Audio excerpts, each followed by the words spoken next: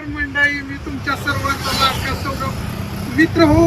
आपण एक अशा ठिकाणी आलेलो आहोत की जागृत देवस्थान म्हणून ओळखलं जातं. खानापूर तालुक्यातील हे वेताळ गुरु यांचं हे देवस्थान आहे. त्याविषयी असं आपण सर्व अशी माहिती पाहणार आहोत की देव या ठिकाणी कसे आले आणि गावापासून खूप असे डोंगरामध्ये त्यांनी आपलं वास्तव्य का केलं याविषयी आपण संपूर्ण अशी माहिती आपल्या येणाऱ्या ब्लॉग मध्ये पाहणार आहोत. चला. वेताळ गुरुचं मंदिर आहे. त्याची यात्रा गुढीपाडव्याला भरती. गुढीपाडव्यानंतर गुढी उतारल्यानंतर इथं बोकडचं ही निवड असतं देवाला खाल्ल्या ह्या ती कंकाळ आहे ती त्यांची सेवक आहे ती सेवकला असते. वर गोडवा असतो शाकाहारी असते त्यांची वरची जी आहे ती येतात तिथं जी शाकाहारी असते. त्याच्यानंतर रात्री 12ला निवड दाखवली असा विषय. 12 नंतर पुन्हा घेऊ साईडनं पुन्हा म्हणजे पालखी येते. पालखी आल्यानंतर पुन्हा रात्री 12ला भाकणूक होती देवाची. असा विषय आहे इथे. का तर भक्ताची इच्छा पूर्ण करणारा हाच एक देव. तुमची काय अडचण जर असेल तर इथे येऊन नुसतं इथं मांडी घालून हात जोडून बसला तरी मनातल्या मनात तुम्ही बोलला तरी तुमचं काम एक 5 गुरुवार, 1 अमावस्या आणि 1 पुणे असं 7 वाऱ्या केल्या. त्या 7 वाऱ्यात तुमचं काम पूर्ण होऊन जातं.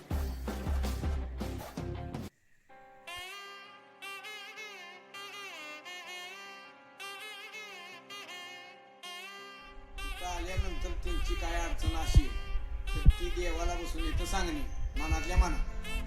त्यांचं काम हे 7 वाऱ्या होईपर्यंत सगळं होऊन जातं.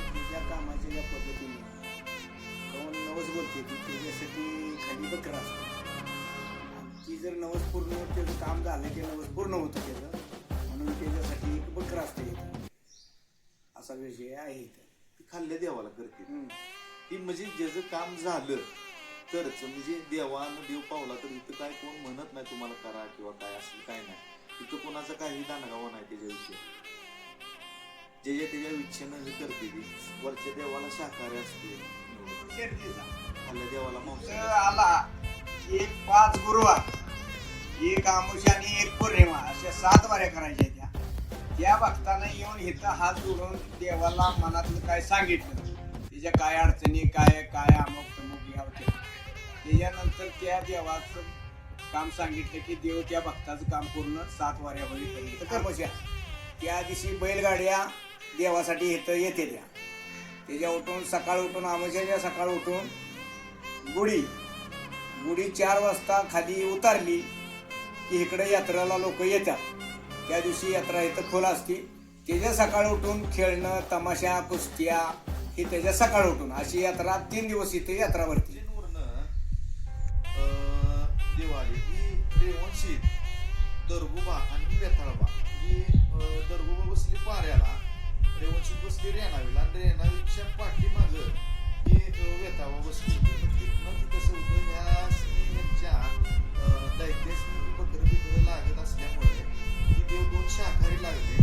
शाकाहारी म्हणून देव काय म्हणतो बाबा आमच्या बसने बसा तुम्ही लांब जावं झाले. पण लांब येऊन इथे डोंगर भागात बेलवाडी म्हणून गाव आहे. देवाचं जी आहे बेलवाडी ही गाव आहे. आणि ह्याचं डेव्हलपमेंट विलास नरसुमुळे यांनी केलेलं आहे. सगळं जी डेव्हलपमेंट आहे आणि इथं सोय बी आहे सगळ्यांनी राहायची सगळी काय अडचण नाही. जरी राहिलं तरी तिथं भक्त निवास हे सगळं आहे. दुसऱ्या दिवशी जेवण असते. आदल्या दिवशी जरा वाईस काहीतरी आणलं तरी चालेल, त्याचा काही विषय नाही. आणि इथं आल्यानंतर सकाळी 8 वाजता आरती असते. आरती नंतर पुन्हा मग जेवणही असते. पण 8 वाजता आरती असते. माणसं 8 नंतर पाया पडते ती आणि ज्याची त्याची इच्छा देवाला बोलते ती. इथं कुणी सांगायची काही गरज नाही. जे भक्तांनी बोलल ती देव त्यांचं त्यांनी काम करते ती.